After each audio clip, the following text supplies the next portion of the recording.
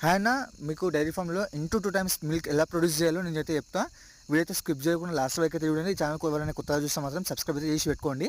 ఇదైతే అందరికైతే పాసిబుల్ కాదు, కొంతమందికి మాత్రమే పాసిబుల్ అయితే. దట్టు డైజెషన్ ప్రాబ్లం ఏది లేకుండా ఉంటేనే ఇదైతే వర్కౌట్ అవుతుంది.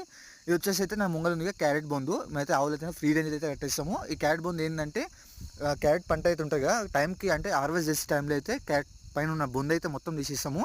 తీసేసి ఏం చేస్తామంటే ఆవులకైతే ఇస్తాము. అయితే ఆవులకైతే చాలా ఇష్టంతో తింటాయి.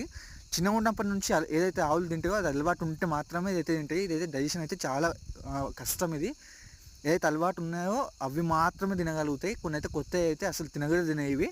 మా వీటికి మేము ఎప్పటి నుంచో క్యారెట్ అయితే అంటే మాదైతే పంట ఉంటుంది కాబట్టి ఆ వీటికైతే అలవాటు అయింది.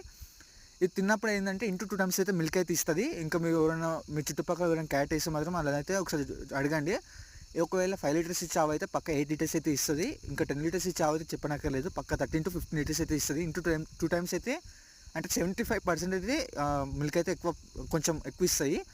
మేమైతే క్యారెట్ కూడా ఇస్తాం, ఎందుకంటే ఈ టైంలో అయితే క్యారెట్ అయితే 5 రూపీస్కి కేజీ అవుతుంది కాబట్టి 5 to 10 రూపీస్ అవుతుంది కాబట్టి ఎవరైతే తీసుకోవట్లేదు కాబట్టి మేమైతే ఆవులకైతే వేసిస్తున్నాము.